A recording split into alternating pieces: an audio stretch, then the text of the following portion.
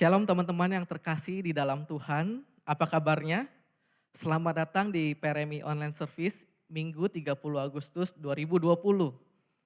Teman-teman, saat ini saya ingin memberikan beberapa informasi kepada kita semua, harap diperhatikan. Yang pertama adalah teman-teman jangan lupa untuk absen secara online dari jam 8 pagi hingga jam 8 malam melalui QR Code dan juga link yang disediakan di akhir ibadah kita. Jadi teman-teman jangan sampai lupa dan jangan sampai nama teman-teman tidak tercantum di absensi ibadah pada minggu ini. Dan yang kedua adalah teman-teman dapat memberikan persembahan melalui dua cara. Yang pertama adalah melalui transfer ke nomor rekening yang akan disediakan di layar teman-teman. Dan yang kedua adalah teman-teman dapat mengumpulkan persembahan tersebut dan kemudian dapat diberikan kepada gereja ketika gereja membuka ibadah secara langsung. Jadi informasi ini yang dapat saya sampaikan kepada kita semua. Mari saat ini kita mempersiapkan hati kita dan pikiran kita untuk boleh bersama-sama beribadah kepada Tuhan. Selamat beribadah. Tuhan Yesus, terima kasih ya Tuhan atas seminggu yang telah kami lalui ya Tuhan. Engkau telah menyertai kami. Sebentar lagi kami mau memulai ibadah kami ya Tuhan. Tuhan kiranya Engkau yang berkati ibadah ini dari awal hingga pada akhirnya. Dan juga Tuhan kiranya Engkau yang berkati kami semua. Kiranya firman yang akan disampaikan pada hari ini dapat menjadi berkat. Terima kasih ya Tuhan, dalam nama Tuhan Yesus kami berdoa. Amin. Selamat pagi teman-teman. Puji Tuhan kita bisa sama-sama beribadah di pagi hari ini. Kita mau mempersiapkan hati kita buat ibadah. Buat teman-teman yang mungkin lagi ada masalah atau kekhawatiran, bisa dilupain dulu sebentar. Kita mau sama-sama menyerahkan semuanya ke dalam Tuhan, ke dalam tangan Tuhan.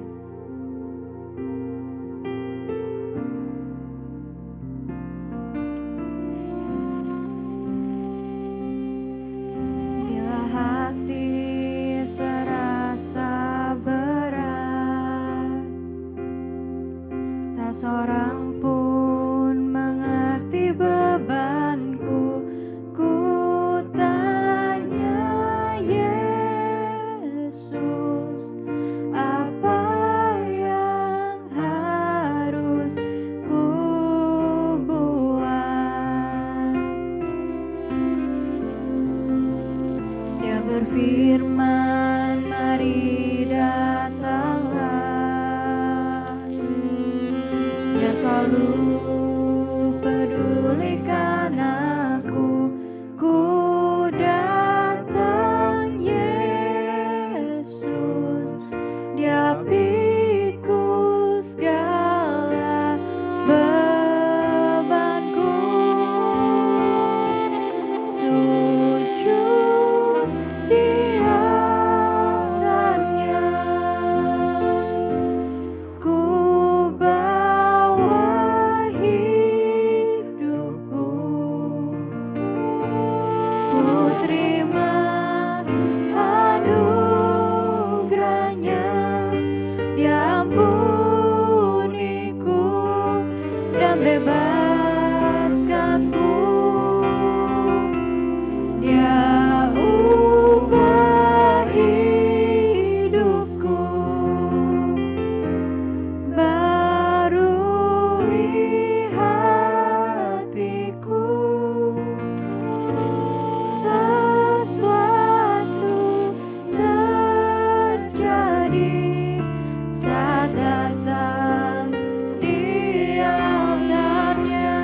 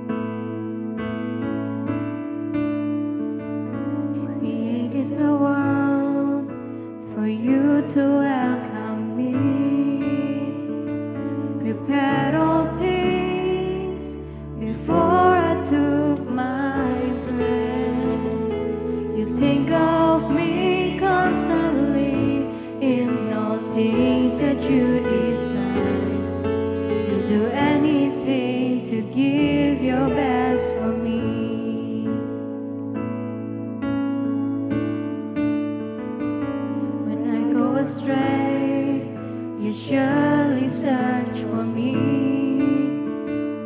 You never rest until you find my soul.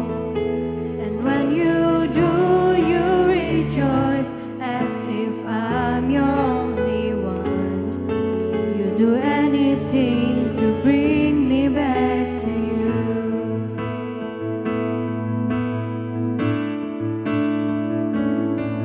This human heart cannot contain the greatest love that there is.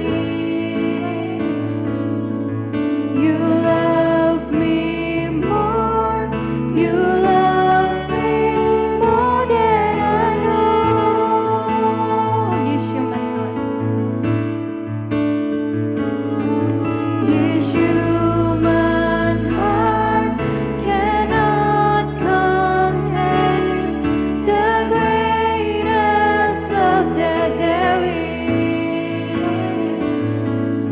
You love me more, you love me more than I know.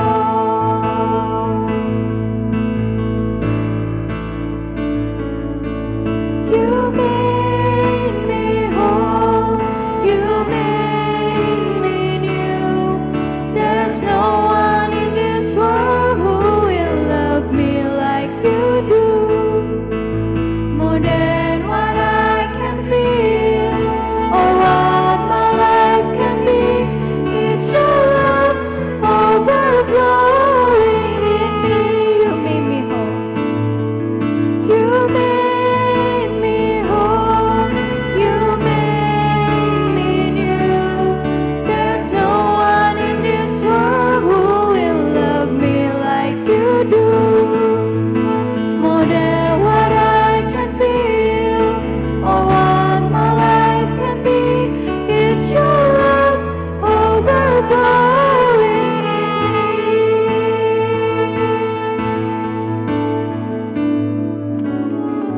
This human heart cannot contain the greatest love that there is. You love me more, you love me more than I know.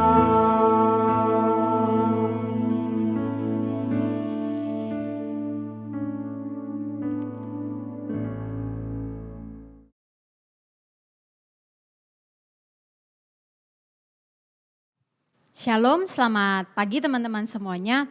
Bersyukur sekali kalau pada pagi hari ini, di hari Minggu ini, saya boleh ada untuk sharing firman Tuhan bagi teman-teman semuanya. Meskipun kita belum bisa beribadah sama-sama di gedung gereja, Cik bersyukur kalau hari ini kita masih boleh beribadah, mencari Tuhan di rumah kita masing-masing. Teman-teman, tema kita hari ini adalah murid yang mau belajar. Murid yang mau belajar. Teman-teman berbicara tentang seorang murid yang mau belajar, tentu kita berpikir tentang diri kita sendiri. Bagi teman-teman semuanya, teman-teman PRMI rata-rata adalah seorang murid, bukan? Nah, ketika menjadi seorang murid tentu kita dituntut untuk mau belajar. Oleh karena itu hari ini kita akan sama-sama mempelajari satu bagian firman Tuhan tentang bagaimana kita mau menjadi pribadi yang mau belajar. Sebelum itu saya mengajak kita untuk berdoa terlebih dahulu. Mari kita berdoa. Tuhan Allah kami yang bertata dalam kerajaan surga, kami bersyukur kalau pada Minggu pagi hari ini kami boleh datang di hadapan-Mu. Meskipun kami ada di rumah kami masing-masing, tapi Tuhan kami bersyukur kalau kami masih boleh beribadah. Kami bersyukur kalau kami masih boleh memuji Tuhan. Kami pun bersyukur kalau kami masih boleh merenungkan bagian daripada firman Tuhan. Tuhan sebentar kami mau mempelajari satu bagian firman Tuhan. Tuhan tolong kami, bukakan hati, pikiran, telinga kami, mata kami. Supaya kami boleh fokus menerima apa yang Tuhan ingin sampaikan kepada kami. Tolong kami supaya kami mau terbuka untuk diisi oleh firman-Mu. Tuhan, kami bersyukur sertai waktu kami merenungkan firman Tuhan ini. Demi nama Tuhan Yesus kami berdoa. Amin. Teman-teman sekalian, kalau kita pikir-pikir mental dari anak-anak muda zaman sekarang, sebagai orang-orang yang lebih dewasa melihat anak-anak muda, kebanyakan banyak orang dewasa ini mengeluh. Mengeluh, aduh ini anak muda mas serba tahu, segala-gala tahu. Kenapa? Karena dunia ada di tangan kita. Kita bertanya akan banyak hal, kita bingung akan banyak hal, kita tinggal searching. Kita tinggal cari jawaban dari semua pertanyaan-pertanyaan kita, bukan? Lalu, hal lain yang dikeluhkan oleh generasi yang di atas kepada anak muda sering dibilang susah dikasih tahu. Saya nggak tahu apakah teman-teman pernah mengalami ini. Aduh ini anak susah banget dikasih tahu. Susah, kenapa? Karena kita merasa banyak hal yang kita sudah tahu. Jadi kita ngerasa kita lebih pintar daripada orang tua kita, daripada senior kita dan sebagainya. Kita merasa diri kita lebih pintar. Dan salah satu hal lain lagi yang dikeluhkan oleh orang yang generasi yang di atas kepada para anak muda adalah tidak ingin hidupnya diatur. Setuju teman-teman? Kamu gak pengen kalau hidup gue dikekang-kekang, diatur-atur. Gue mau ngapain? Ya terserah.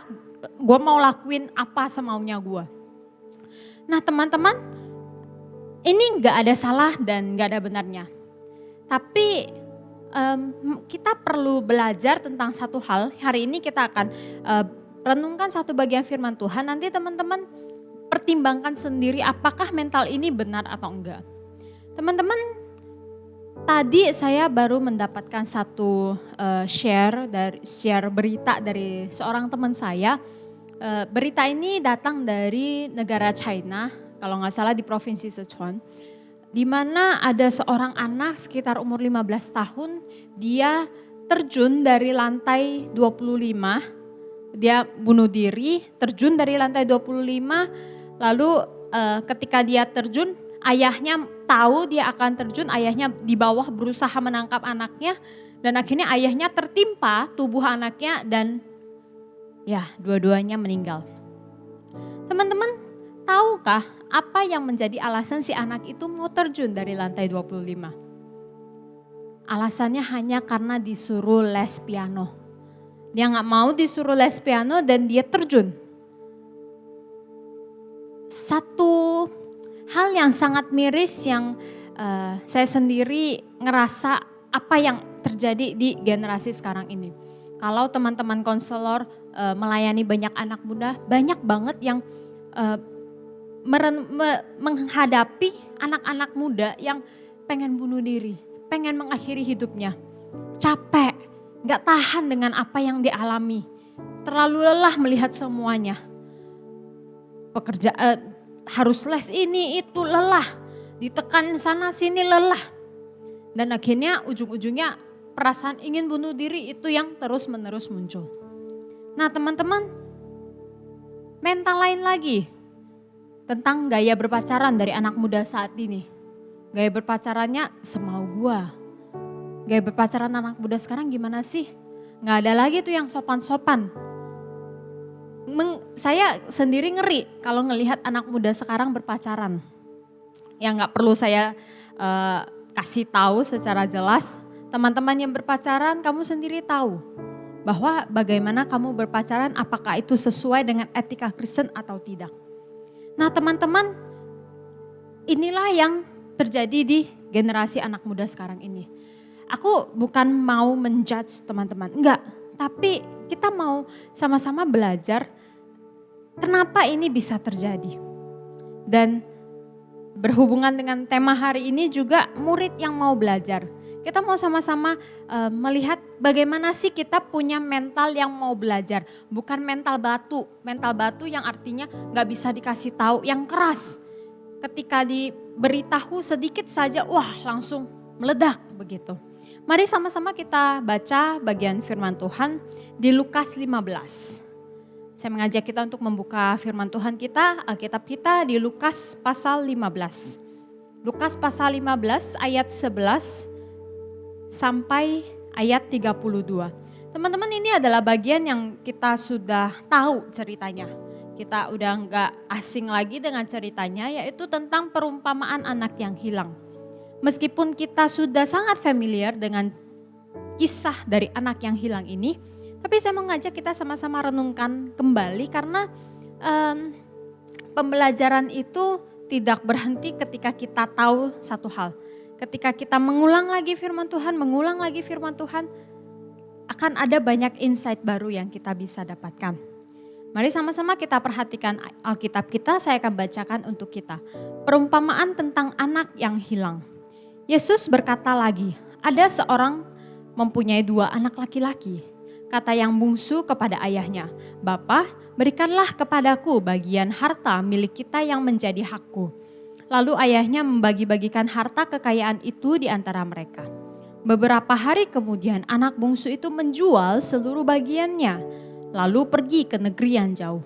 Di sana ia memboroskan harta miliknya itu dengan hidup berfoya-foya. Setelah dihabiskannya semuanya, timbullah bencana kelaparan di dalam negeri itu dan ia pun mulai melarat. Lalu ia pergi dan bekerja pada seorang majikan di negeri itu. Orang itu menyuruhnya ke ladang untuk menjaga babinya. Lalu ia ingin mengisi perutnya dengan ampas yang menjadi makanan babi itu. Tetapi tidak seorang pun yang memberikannya kepadanya. Lalu ia menyadari keadaannya, katanya, "Betapa banyaknya orang upahan bapakku yang berlimpah-limpah makanannya. Tetapi aku di sini mati kelaparan. Aku akan bangkit dan pergi kepada bapakku dan berkata kepadanya, 'Bapa, aku telah berdosa terhadap sorga dan terhadap Bapa. Aku tidak layak lagi disebutkan anak Bapa. Jadikanlah aku sebagai salah seorang upahan Bapa.' Maka bangkitlah ia dan pergi kepada bapaknya. Ketika ia masih jauh, ayahnya telah melihatnya. Lalu tergeraklah hatinya oleh belas kasihan.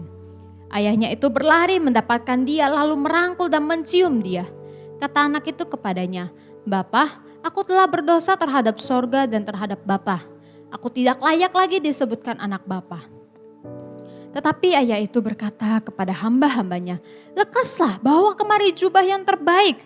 Pakaikanlah itu kepadanya dan kenakanlah cincin pada jarinya dan sepatu pada kakinya. Dan ambillah anak lembu tambun itu, sembelilah dia dan marilah kita makan dan bersuka cita. Sebab anakku ini telah mati dan menjadi hidup kembali. Ia telah hilang dan didapat kembali.' Maka mulailah mereka bersukaria. Tetapi anaknya yang sulung berada di ladang dan ketika ia pulang dan dekat ke rumah, ia mendengar bunyi seruling dan nyanyian tari-tarian. Lalu ia memanggil salah seorang hamba dan bertanya kepadanya, 'Apa arti semuanya itu?' Jawab hamba itu, 'Adikmu telah kembali dan ayahmu telah menyembelih anak lembu tambun karena ia mendapatkannya kembali dengan sehat.'" Demikian jauh pembacaan firman Tuhan. Beberapa ayat di selanjutnya kalau teman-teman mau lanjutkan baca silahkan. Tapi saya akan berhenti sampai di sini karena kita tidak akan bahas si kakak, tapi kita akan bahas si bungsu. Nah teman-teman, apa yang terjadi dengan si bungsu? Si bungsu ada dalam satu keadaan di mana seperti yang saya jelaskan tadi. Ternyata teman-teman, mental anak muda yang tadi di awal saya jelaskan kepada kita semua bukan hanya zaman sekarang adanya, tetapi dari zaman dulu. Si bungsu saya yakin dan percaya juga adalah seorang anak yang muda. Karena beberapa tafsiran Alkitab mengatakan dia masih muda begitu. Ya nggak heran kalau dia masih suka berfoya-foya, dia menginginkan uang miliknya dan dia mau menghabiskan uang itu. Ya karena dia masih muda, masih ada semangat itu begitu teman-teman. Nah teman-teman, si bungsu ini dia dengan egonya dia, dengan kepala batunya dia ngotot. Minta kepada bapaknya, "Pak, minta uang saya, minta harta warisan saya. Saya mau ambil semua harta warisan saya dan saya mau sesuka saya menghabiskan harta warisan tersebut." Nah teman-teman, dan dia ambil harta warisan dia dikatakan dia hidup berfoya-foya. Dia habiskan semuanya. Dan timbullah bencana kelaparan di dalam negeri itu. Nah teman-teman, ada masa yang terpuruk yang terjadi kepada si anak. Dengan kepala batunya dia melakukan segala sesuatu sesuai dengan kemauan dia sendiri. Dan sampai pada akhirnya dia harus mengalami satu titik keterpurukan. Bagaimana dia bisa belajar dari keadaan ini? Bagaimana dia bisa belajar untuk bangkit dari keadaan ini? Teman-teman, seorang murid yang mau belajar bukan tentang bagaimana dia mempelajari Alkitab, bagaimana dia membaca buku-buku rohani. Tetapi justru banyak orang yang mau belajar ketika dia ada di kondisi yang terpuruk, di titik yang paling bawah dalam hidupnya, di kondisi hancur dia, di kondisi dia mengalami menderita. Nah teman-teman, bagaimana dalam keadaan itu kita bisa belajar? Teman-teman, firman Tuhan hari ini, idea dari firman Tuhan hari ini saya pinjam dari sebuah buku berjudul AHA. Dari covernya aja sangat menarik ya. AHA ini maksudnya apa? Ketika kamu ada di dalam keadaan yang kamu bingung begitu, kamu berpikir banyak, tiba-tiba ada ide di dalam kepala kamu. AHA, seperti itu. Nah, muncul dari ide seperti itu. Nah, teman-teman, seringkali bagi seseorang untuk mau belajar, dia perlu aha moment.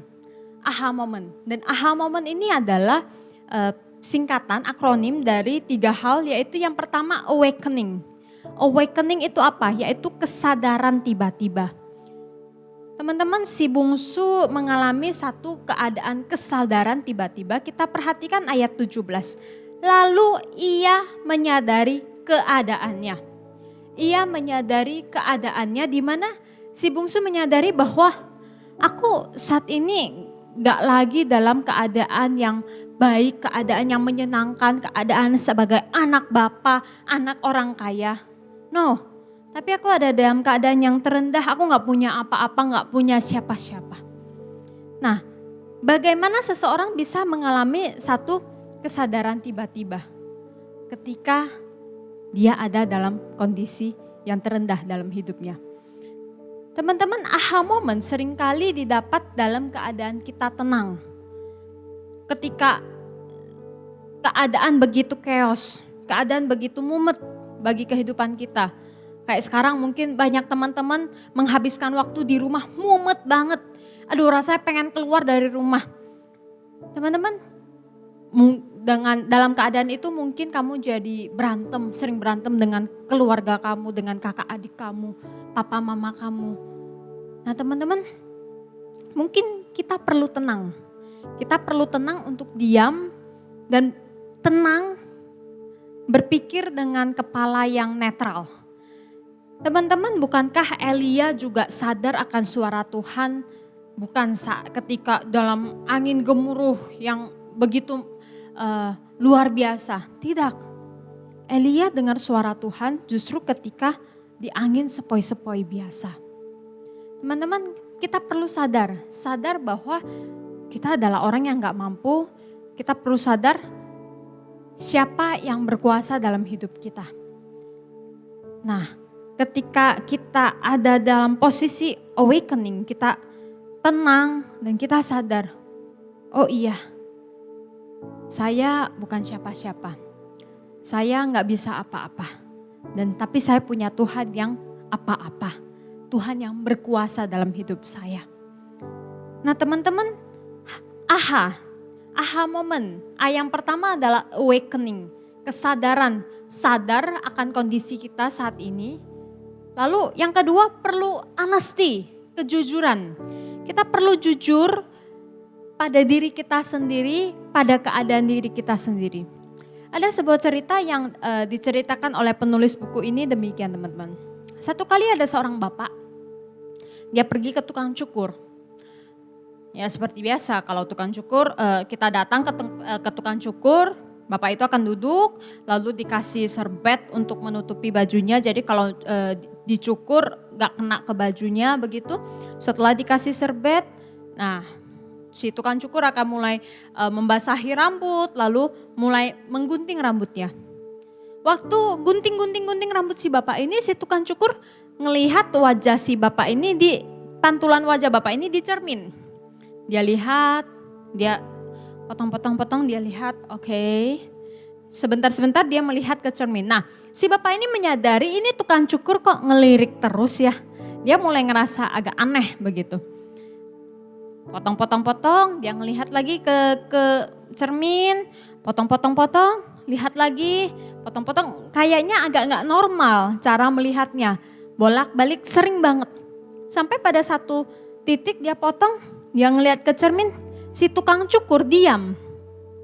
Si tukang cukur diam dan dia ngelihat wajah bapak ini di pantulan cermin.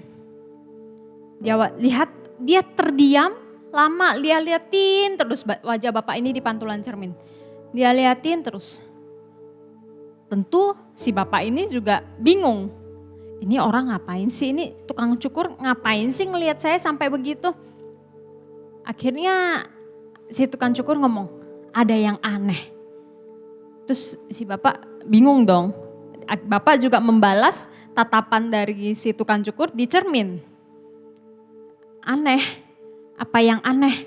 Apakah salah mencukur rambut saya? Ada yang sompel begitu? Dia lihat-lihat, enggak, baik-baik aja tinggal dirapiin begitu.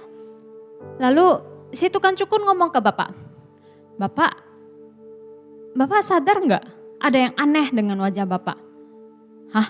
Ada yang aneh dengan wajah saya? Bapaknya ngelihat bercermin, enggak, baik-baik aja, seperti biasa-biasanya saja. Lalu si tukang cukur ngomong, Pak, telinga Bapak yang di sebelah kanan lebih mencuat tinggi, agak tajam sebelah dibandingkan telinga kiri. Jadi kelihatannya telinga kanannya agak lebih besar daripada telinga kirinya. Terus akhirnya bapaknya baru ngelihat, oh iya ya, puluhan tahun si bapak ini bercermin. Tiap pagi bapak ini bercermin melihat wajahnya. Bapaknya gak sadar kalau dia punya telinga, satu telinga yang lebih besar daripada telinga yang lainnya. Dia gak sadar. Yang dia tahu ya baik-baik saja begitu. Sampai ada orang lain yang mengingatkan kepada dia, mengatakan kepada dia ada yang salah, ada yang aneh. Lalu si bapak ini tentu masih berusaha, dia nanya ke tukang cukur, ada yang bisa kamu lakukan gak? Ya bapak ini berharap apakah rambutnya dibikin gimana gitu supaya telinganya ketutupan begitu atau gimana begitulah ya. Lalu si tukang cukur ini bilang, gak ada yang bisa dilakukan Pak, Anda hanya perlu menerima diri Anda apa adanya. Teman-teman, menjadi seorang yang mau belajar, seringkali kita perlu menyadari kita ada salah. Ada yang aneh dengan diri kita, ada yang gak benar dengan diri kita. Kita terima diri kita, kalau itu adalah dosa, kita minta ampun kepada Tuhan. Jujur di hadapan diri kita sendiri, jujur di hadapan Tuhan. Teman-teman, berkaitan dengan honesty ini ada beberapa pertanyaan yang saya ingin ajak kita sama-sama pikirkan dan renungkan. Menjadi seorang murid Tuhan tentu kita seharusnya lebih mengutamakan Tuhan daripada diri kita. Tetapi coba kita evaluasi diri kita dengan menjawab beberapa pertanyaan ini. Pertanyaan yang pertama, apakah kamu menghabiskan lebih banyak waktu minggu ini pada Instagram kamu atau dalam doa? Mungkin sekarang lebih ngetrend TikTok ya. Lebih banyak menghabiskan waktu di TikTok, di Instagram, atau kamu lebih banyak menghabiskan waktu berdoa? Pertanyaan kedua, kapan terakhir kalinya kamu memberitahu seseorang, aku mengasihimu? Selanjutnya, seberapa spesifik Anda telah menolong seseorang yang membutuhkan di bulan belakangan ini? Kapan terakhir kalinya Anda berkata kepada seseorang, aku salah, ampuni aku? Video apa saja yang ada di rumah Anda?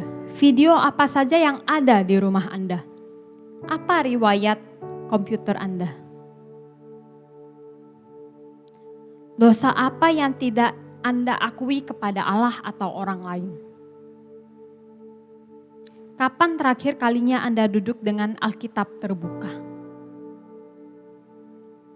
Apakah Anda menghabiskan lebih banyak uang bulan ini untuk makan di luar daripada memperluas kerajaan Allah?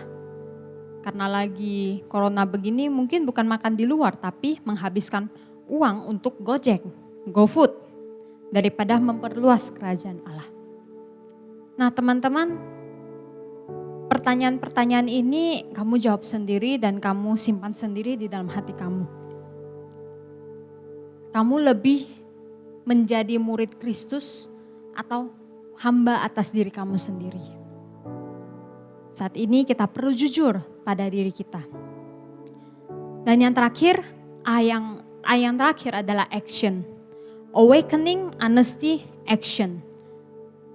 Ketika kita sudah menyadari bahwa kita salah, kita ada di dalam kondisi yang tidak baik dan kita perlu pertolongan dan kita mau belajar, kita jujur pada diri kita sendiri dan gak berhenti sampai di situ.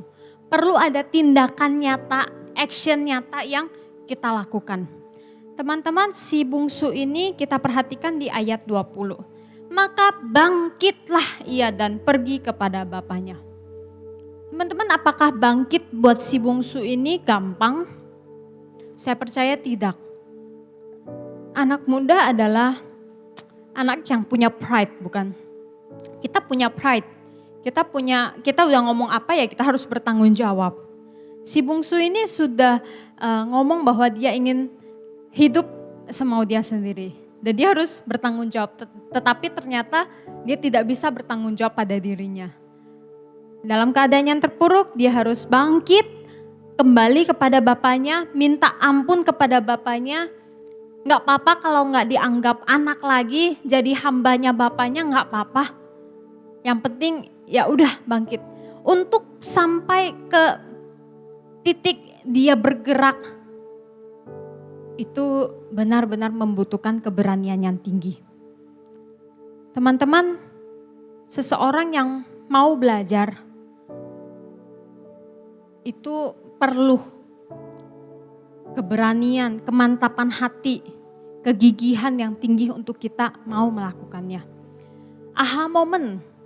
Kapan terakhir kali kamu mengalami aha moment? Kapan terakhir kali kamu mengalami Tuhan berbicara dengan nyata dalam hidup kamu dan membuat kamu ingin melakukan sebuah tindakan yang nyata? Kapan terakhir kali kamu mengalami aha moment yang membuat hati kamu begitu menggebu-gebu ingin melakukan sesuatu? Teman-teman, kalau orang-orang punya stigma anak muda susah diatur, susah dikasih tahu, paling pintar sedunia. Teman-teman, kita sebagai murid Tuhan yang jelas dan pasti dengan identitas kita. Marilah kita boleh menjadi seorang murid yang mau belajar. Kalau saat ini kamu banyak waktu di rumah, ya aku tahu sih banyak yang juga PR-nya begitu banyak, bukan? Teman-teman yang di sekolah di rumah tidak lebih mudah daripada sekolah offline di sekolah sendiri.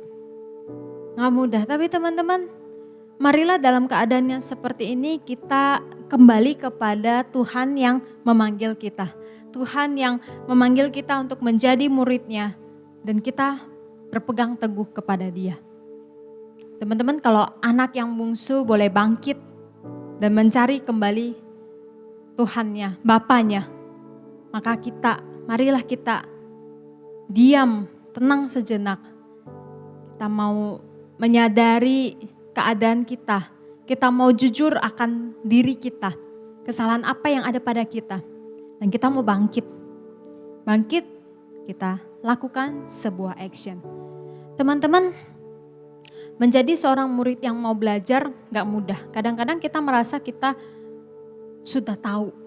Kita sudah mengerti. Seperti ketika kita mendengar khotbah. Seringkali ada satu sadar nggak sadar ada satu suara dalam hatinya, oh gue udah tahu, oh gue udah pernah denger, gue tau lah kira-kira ini khotbahnya bakal kemana. Kadang-kadang bagi saya sendiri pun ini perjuangan ketika mengikuti seminar, ketika mengikuti sekarang webinar begitu, ada satu gue udah tahu nih, gue udah tahu begitu. Nah teman-teman, bagaimana menjadi murid yang mau belajar supaya kita bisa mengalami aha moment ini, mengalami kembali Tuhan. kita perlu, ini tips bijak dari aku nggak tahu siapa, tapi ini sangat umum dikatakan. Ketika kamu ingin mengalami aha moment, ketika kamu ingin mengalami Tuhan, mengalami pertumbuhan rohani kamu perlu mengosongkan tangki kamu. Ini nih, kita punya tangki, tangkinya udah penuh. Kita ngerti semuanya, kita tahu semuanya. Kita perlu kosongin. Udah bikin bocor aja, kosongin tangkinya, kuras semua airnya. Supaya nanti dikunci, diisi lagi. Nah, di saat itulah kita bisa penuh lagi ngalamin Tuhan dengan satu hasrat yang menggebu-gebu. Seperti juga membaca firman Tuhan, teman-teman. Saya baca firman Tuhan udah berkali-kali. Dari awal sampai habis, udah berkali-kali habis Alkitab saya baca. Karena saya mengusahakan 1 tahun bisa selesai baca 1 Alkitab. Udah berkali-kali. Nah, dengan mental yang udah berkali-kali baca Alkitab dan tahun depannya lu baca lagi Alkitab. Kira-kira apa yang ada di dalam, apa yang akan muncul? Gue udah tahu nih ceritanya.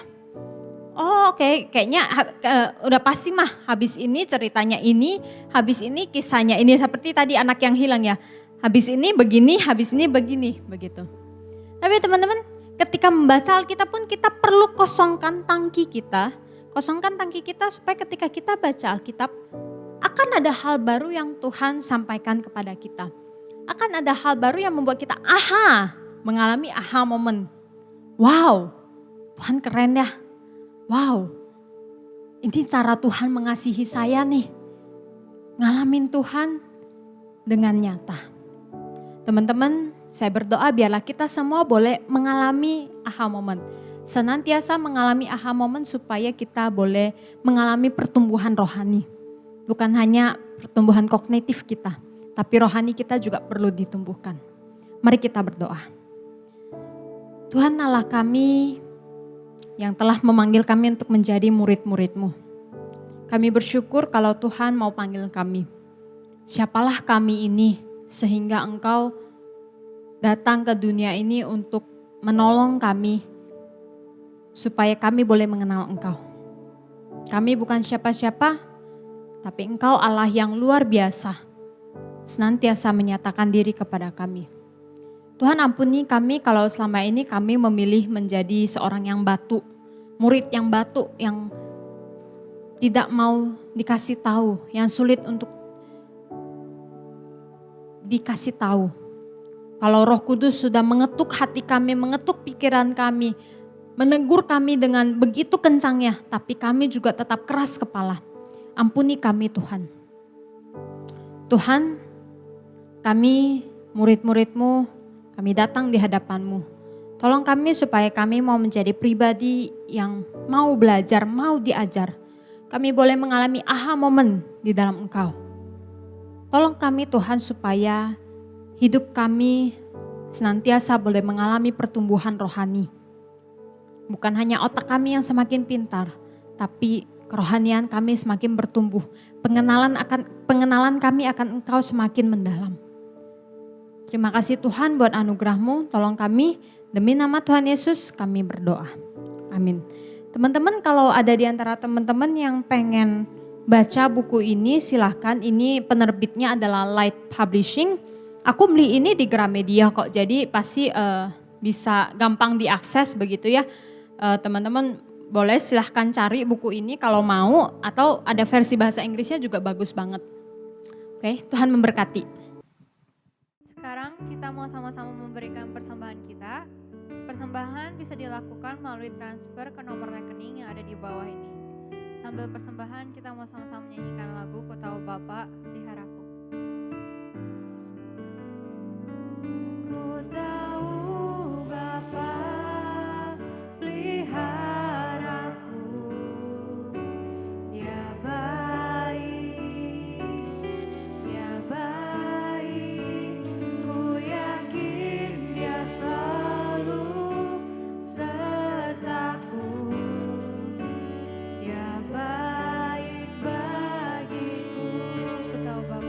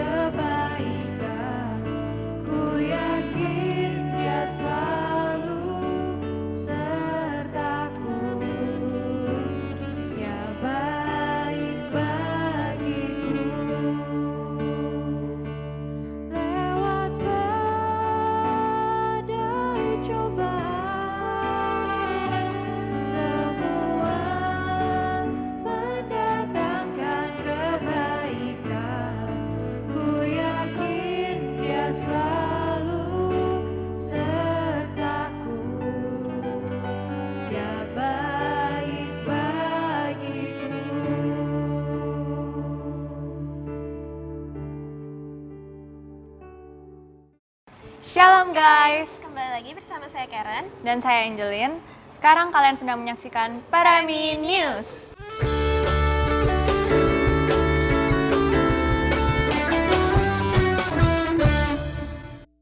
Parami sangat senang dapat beribadah dengan teman-teman semua pada hari ini dengan tema Murid yang Mau Belajar. Dan terima kasih juga kepada Cidenisa atas pemberitaan firman-Nya.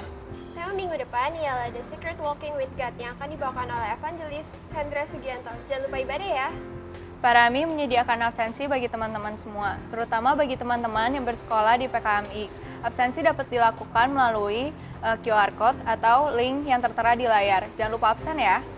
Bagi teman-teman yang terbeban untuk melayani di bidang multimedia, pemusik, WL, dan suara singer, dan diizinkan oleh orang tua untuk datang ke gereja, kalian boleh mendaftarkan diri kalian melalui nomor yang tertera di layar. Jangan lupa follow Instagram Parami @parami_Immanuel dan juga subscribe ke YouTube channel Parami untuk mendapatkan info setiap minggunya. Itu dia Parami News kita minggu ini. Jangan lupa untuk tetap Real fun, real friends, and real faith. Saya Karen. Saya Angelin, atas perhatiannya kami ucapkan terima kasih. Bye-bye.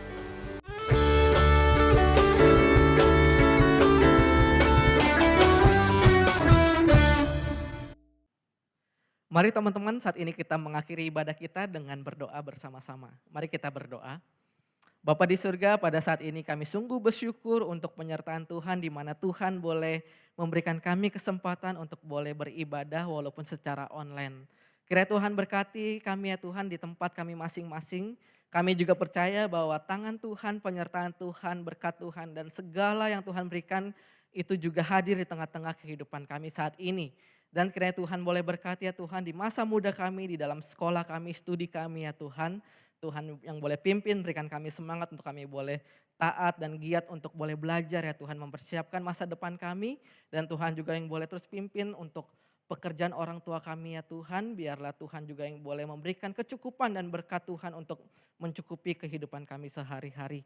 Dan kami juga mau berdoa ya Tuhan untuk kerohanian kami dimanapun kami berada. Kiranya Tuhan memberikan selalu kerinduan untuk kami boleh dekat kepada Tuhan. Supaya kami boleh hidup taat menjadi murid Tuhan yang setia. Mengikuti Tuhan dimanapun kami berada ya Tuhan. Dan Tuhan kami berdoa untuk kondisi kami pada saat ini di tengah-tengah pandemik. Kiranya Tuhan yang boleh memulihkan. Tuhan juga yang boleh memberikan kami kekuatan ya Tuhan dan juga kesehatan. Jauhkan kami dari sakit penyakit dan mara bahaya. Biarlah kami boleh hidup terus memuliakan nama Tuhan. Dan Tuhan biarlah doa ini kami landaskan seperti doa yang Tuhan ajarkan kepada kami. Bapa kami yang di surga, dikuduskanlah namamu, datanglah kerajaanmu, jadilah kehendak-Mu di bumi seperti di surga. Berikanlah kami pada hari ini makanan kami yang secukupnya. Dan ampunilah kami akan kesalahan kami seperti kami juga mengampuni orang yang bersalah kepada kami. Dan janganlah membawa kami ke dalam pencobaan tetapi lepaskanlah kami daripada yang jahat. Karena Engkaulah yang punya kerajaan dan kuasa dan kemuliaan sampai selama-lamanya. Amin.